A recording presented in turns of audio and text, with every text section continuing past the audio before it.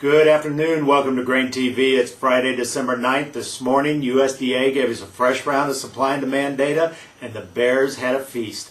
Corn came in higher than expectations with 848 million bushels of ending stocks compared to 831 expected.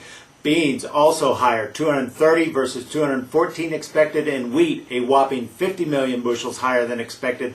All of this data suggests the bears are in charge, but what did we see coming out this morning?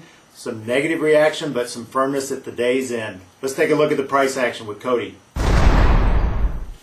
When the bell rang this morning, we are actually, we gapped down. We started trading a lot lower, down to that 586, which is a key support level. We've been talking about it for weeks. What did we see there? A lot of volume come into the market. We printed lows and we traded up from there on out. At the end of the day, we closed right about where we started, and this is not the kind of price action that we should be seeing if we're going to see continued weakness going forward. This was actually quite impressive trading activity today, and I think the bulls really just shrugged this report off, looking forward toward January. What are your thoughts? I think so too, and if I look at the supply and demand data, corn had really the least surprise in that data report. First of all, China was the only significant change on the world side. They had higher production, but we knew that going in. They continue to need corn. They continue to be at a deficit. So I don't see anything in these corn numbers that we didn't know 2 weeks ago or a week ago before this report came out. Beans and wheat, another story though. Yep, we'll take a quick commercial break. We'll talk about soybeans, wheat, and what farmers need to be doing going forward.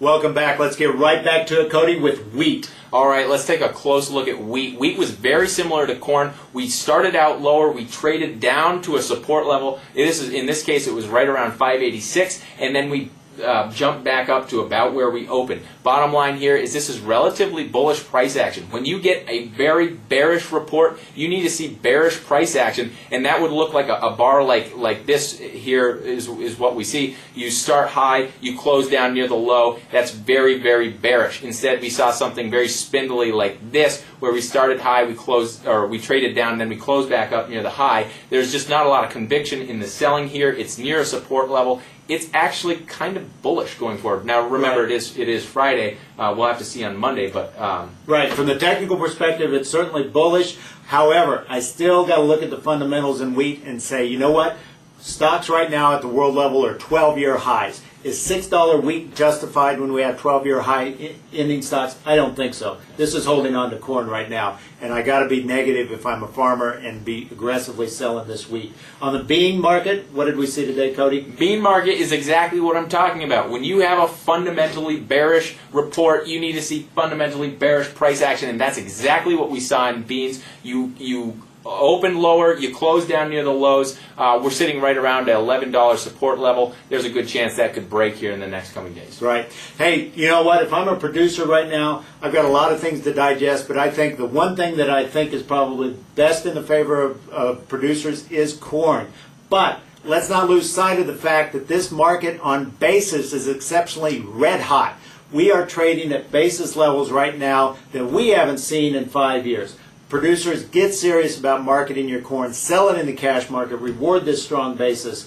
And if I'm still bullish, which I think you could be on either side of the fence here, that this market may have some upside potential, let's re-own it on paper. What do you think, Cody? Yeah, I agree 100%. Talking to a guy the other day, he was saying he was storing his corn actually in an elevator He's paying 3 cents a month in storage. I say you take advantage now. You make that cash sale. You take advantage of the strong basis. You take those 3 cents that you would have been paying in storage. You roll that into a call, and you can participate in the upside. In this case, it would probably be about over 660. So if you see a serious rally, you can participate. It won't run away from you entirely. Yeah, and hey, here at Grain Hedge, we are offering 10 free trades to anyone who signs up for a new account between now and the end of the year. So what a perfect time to try out that call option strategy. Have a good one.